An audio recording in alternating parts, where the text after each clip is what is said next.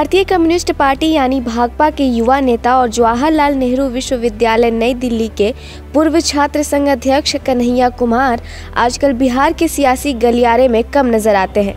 बिहार की सियासी गर्माहट से उनका नदारद रहना कई लोगों को खलता भी है। एक बार फिर वो अब चर्चाओं में है अपनी ही पार्टी के नेता के साथ मारपीट और बदसलूकी को लेकर। ये मारपीट पटना में करीब 2 महीने पहले हुई थी, लेकिन अब उनकी अपनी ही पार्टी ने इस मामले को लेकर कन्हैया कुमार के खिलाफ निंदा प्रस्ताव पारित किया है। वो लोकसभा चुनाव में बीजेपी के fire brand leader Giriraj Singh के खिलाफ बेगूसराय से चुनाव लड़कर हार गए थे। फिलहाल वे पार्टी की राष्ट्रीय कार्यकारिणी के सदस्य हैं।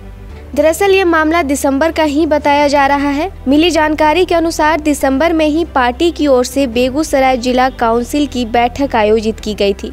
इस बैठक में कन्हैया को भी आना था। ये बैठक अचानक रद्द कर दी गई, लेकिन इसकी सूचना कन्हैया कुमार को समय रहते नहीं दी गई। इसी मुद्दे को लेकर पार्टी के कार्यालय सचिव इंदु भूषण की पिटाई कर दी गई। कहा यह जा रहा है कि ये मारपीट कन्हैया कुमार के समर्थकों ने की थी। इस दौरान कन्हैया के भी वहां रहने की बातें चर्चा में रही थी। हालांकि उन्होंने खुद इस तरह की किसी गतिविधि का हिस्सा होने से इनकार किया था। आपको बता दें कि कन्हैया कुमार सीपीआई की राष्ट्रीय कार्यकारिणी के भी सदस्य हैं।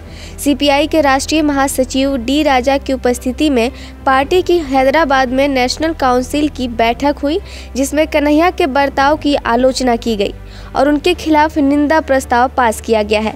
गौर करने वाली बात है कि ये 110 सदस्य बैठक में मौजूद रहे और उनमें से 107 ने निंदा प्रस्ताव का समर्थन किया।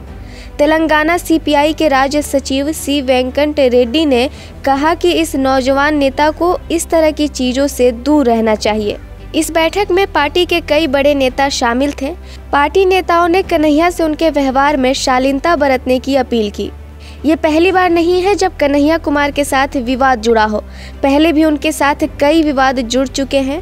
2019 में हुए लोकसभा चुनाव के दौरान बेगूसराय में कुछ लोगों ने आरोप लगाया था कि कन्हैया समर्थकों ने उनके साथ मारपीट की। पिछले साल ही दिल्ली सरकार ने उनके खिलाफ देशद्रोह का केस चलाने की अनुमति दी थी। हर आंदोलन में बढ़ चढ़कर हिस्सा लेने वाले कन्हैया कुमार किसान आंदोलन के दौरान भी केवल ट्विटर पर ही सक्रिय दिखे, लेकिन विरोध प्रदर्शनों में कहीं नजर नहीं आए। अब हैदराबाद में हुई बैठक के दौरान कन्हैया कुमार को नसीहत भी दी गई है। पार्टी के वरिष्ठ नेताओं ने उनसे सावधानी बरतने के लिए कहा है। पहले भी कन्हैया सीपीआई को कन्फ्यूजन पार्टी ऑफ इंडिया बता चुके हैं।